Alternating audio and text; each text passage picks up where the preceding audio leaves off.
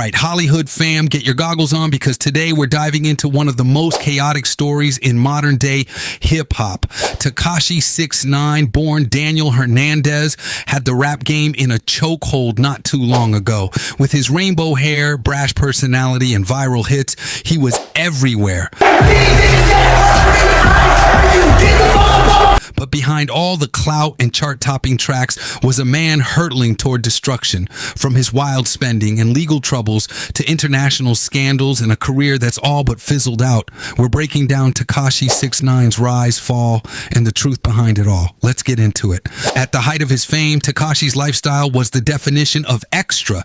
His garage was stacked with Lamborghinis, McLarens, and Rolls Royces, all proudly displayed on social media. That's, again, if I'm eyeballing these, okay? Because you know me, I watch pockets like a motherfucker just because. His jewelry collection, wild. Rainbow chains, iced out watches, and rings that screamed, "Look at me." But fast forward to today, and those same luxury cars have reportedly been repossessed by the IRS. Why?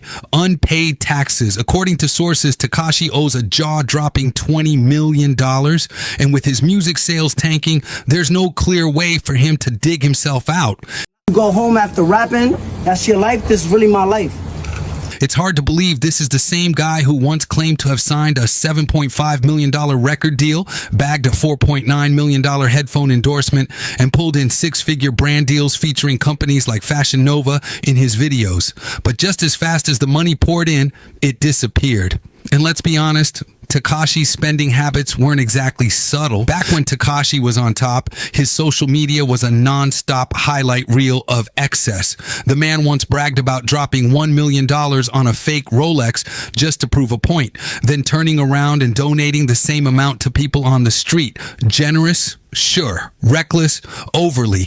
His jewelry collection alone was worth millions, and his security costs were just as wild. For a single 10-day trip to Los Angeles, he reportedly spent $100,000 on private security. But here's the thing, all that spending needed to be backed by a steady income, and Tekashi's music was his bread and butter. His debut album, Dummy Boy, sold over 1 million units, reportedly generating $10 million. But the same songs that made him millions were also his downfall. His lyrics glorified gang culture and violence, a bold move for someone with real-life gang ties, as it turned out.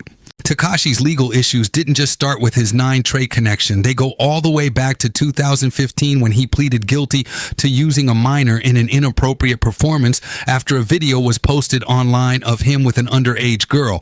While he avoided jail time, the case haunted him for years. By 2018, his troubles escalated dramatically. Tekashi was arrested on a laundry list of charges, including assault, weapons possession, and obstruction of justice. But the real kicker, his gang ties. Federal prosecutors accused Tekashi of being involved in several instances of gangster movie-like activity with the 9 Trey blood set. Facing up to 47 years in prison, Tekashi made the controversial decision to cooperate with federal authorities, snitching on his former associates in exchange for a lighter sentence.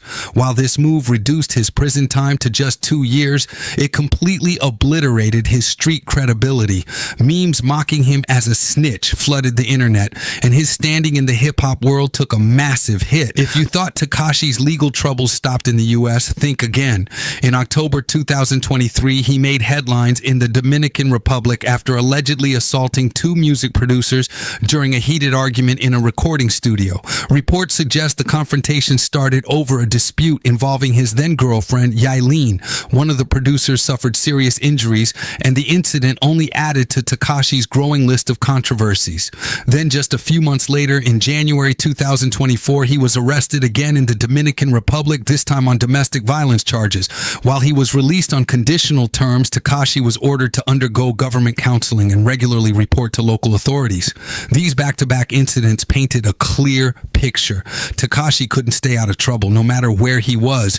By late 2024, Tekashi's troubles reached a boiling point. He was arrested yet again for violating the terms of his supervised release. The infractions included unauthorized unauthorized travel, missing mandatory drug tests, and even failing one. Tekashi tried to claim the positive test was due to Adderall use, but the court wasn't having it.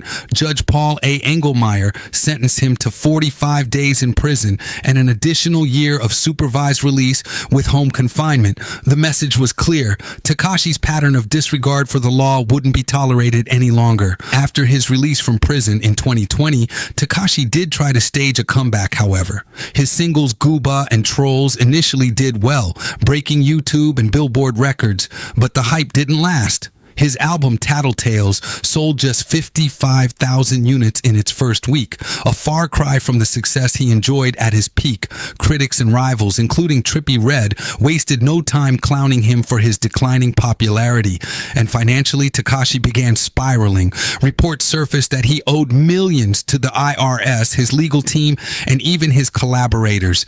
YouTuber Steve Will Do It revealed Tekashi took $2 million up front for a streaming deal, but failed to deliver, leaving others to cover the costs. Tekashi's financial situation has gone from bad to worse.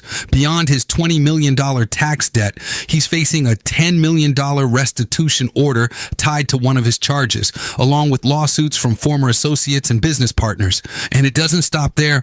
Public records revealed he's only paid $2,000 in child support over the past 5 years, despite once claiming to make millions.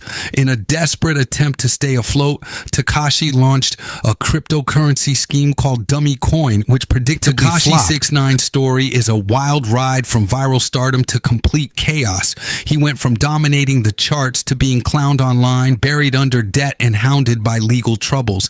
The big question is, was his downfall inevitable? Or did he just make one bad decision after another? Either way, it's a cautionary tale about the cost of chasing fame and living recklessly. Let us know what you think, Hollywood. Was Tekashi destined to fall, or could he have turned it all around? Hit us in the comments, and don't forget to like, subscribe, and ring that notification bell for all the latest. Until next time, you know we'll keep our ear to the street so you don't have to. Peace.